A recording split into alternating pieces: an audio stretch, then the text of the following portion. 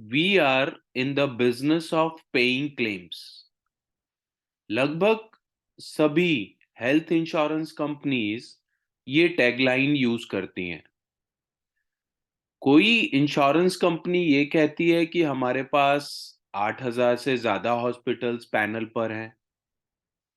कोई कंपनी ये कहती है कि हमारे पास 10,000 डॉक्टर्स का और एक्सपीरियंस्ड डॉक्टर्स का स्टाफ है। कोई कंपनी ये कहती है कि हमारा इन हाउस क्लेम सेटलमेंट है, यानी कि हम किसी टीपीए के थ्रू क्लेम सेटलमेंट नहीं करते, तो इसलिए हम सिर्फ 30 मिनट में क्लेम सेटल कर सकते हैं। सभी कंपनियों के अलग अलग दावे हैं, क्लेम्स को लेकर, क्लेम सेटलमेंट को लेकर, क्लेम रेशोज को लेकर।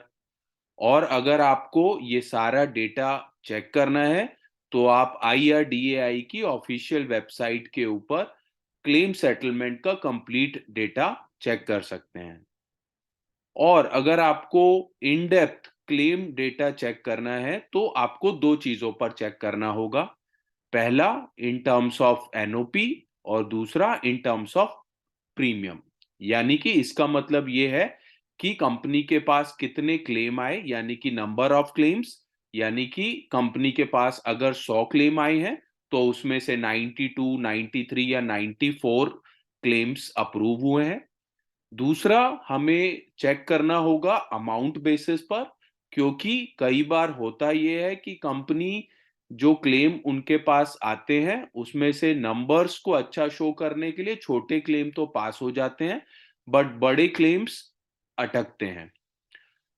आज की इस मोस्ट इंपॉर्टेंट लर्निंग के साथ आज के वीडियो की शुरुआत करते हैं। हाय फ्रेंड्स, मेरा नाम दीपक जैन है और मैं हूं founder infinity gains LLP। Friends, जब भी हम क्लेम की बात करते हैं तो क्लेम अगर होता है तो हॉस्पिटल जरूर आता है। हमारा आज का टॉपिक भी यही है और इसको हम बहुत डिटेल में डिस्कस भी करेंगे कि हॉस्पिटल क्या होता है। आप सोचेंगे कि यार हॉस्पिटल तो सबको पता है कि क्या होता है, फिर इसमें खास बात क्या है। बट आज हम हॉस्पिटल की डेफिनेशन को समझेंगे in terms of health insurance, कि अगर हेल्थ इंश्योरेंस का क्लेम लेना है तो हॉस्पिटल की क्या डेफिनेशन होनी चाहिए, क्योंकि अगर ये वाली डेफिनेशन पूरी नहीं है तो क्लेम एलिजिबल नहीं होगा। तो आइए समझते हैं in terms of policy wording hospital की क्या डेफिनेशन होनी चाहिए। Hospital means any institution established for inpatient care and day care, treatment of illnesses and or injuries, and which has been registered as a hospital with the local authorities under the Clinical Establishments Registration and Regulation Act 2010, or under the enactments specified under the schedule of section 56(1) of the said act, or complies with all minimum criteria as under। Hospital की जो definition है वो एक ऐसा institution होना चाहिए जो कि इन पेशेंट केयर का मतलब हुआ कि जहां पर 24 घंटे हॉस्पिटल में रहना जरूरी होता है। एंड डे केयर ऐसे ट्रीटमेंट्स होते हैं जहां पर मेडिकल टेक्नोलॉजी आज एडवांस हो गई है, जिसकी वजह से 24 घंटे हॉस्पिटल में रहने की जरूरत नहीं पड़ती। तो एक ऐसा इंस्टीट्यूशन जो कि इनपेशेंट केयर भी कर पाए और डे केयर ट्रीटमेंट भी कर पाए, और जो कि रजिस्टर्ड होना चाहिए as a hospital with the local authorities under the clinical establishments. जो रेगुलेशन है रजिस्ट्रेशन एंड रेगुलेशन एक्ट 2010, उसमें लोकल अथॉरिटीज में वो रजिस्टर्ड होना चाहिए।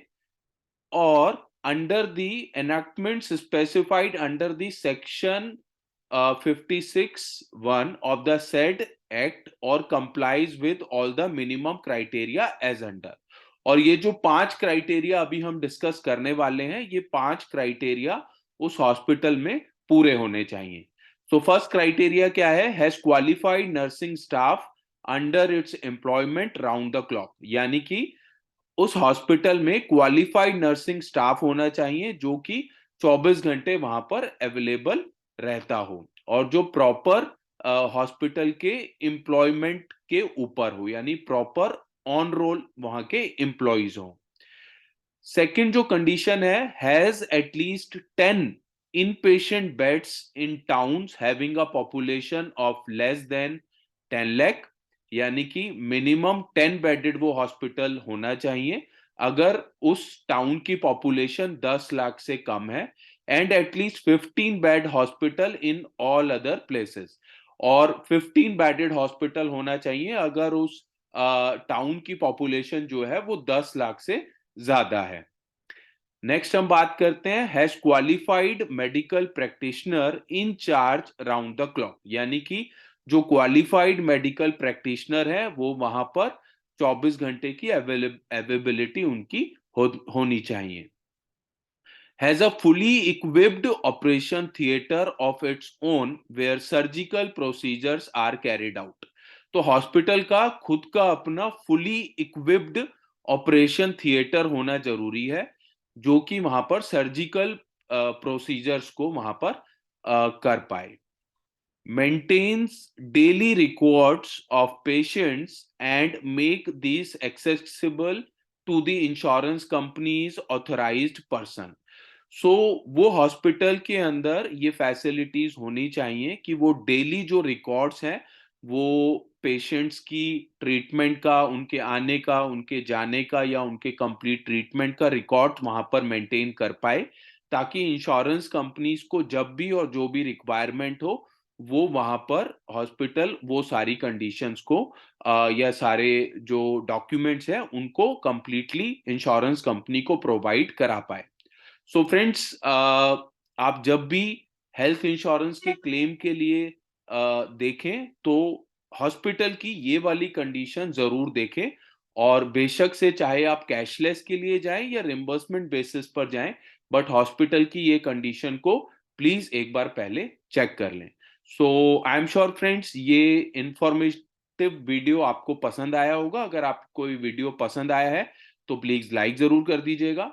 अगर आपके इस वीडियो से रिलेटेड कोई सजेशंस या कमेंट्स हैं तो कमेंट बॉक्स पे कमेंट करके जरूर हमारी टीम के साथ शेयर कीजिएगा। और अगर आप चाहते हैं अपने फ्रेंड, रिलेटिव और एजेंट्स फर्टिनिटी में इस वीडियो को शेयर करना तो प्लीज शेयर जरूर कर लीजिएगा। सबसे इंपॉर्टेंट बात, चैनल को सब्सक्राइब करना मत भूलिएगा। और फ्रेंड्स, अगर आप लाइफ इंश्योरेंस, जनरल इंश्योरेंस या हेल्थ इंश्योरेंस सेक्टर में अपना करियर बनाना चाहते हैं या अपने लिए या अपने परिवार के लिए एक लाइफ, जनरल या हेल्थ इंश्योरेंस पॉलिसी बाय करना चाहते हैं तो आप डिस्क्रिप्शन पर लिखे हुए नंबर्स पर हमारी टीम से कोऑर्डिनेट कर सकते हैं। So friends, thank you so much for watching the video. Thank you.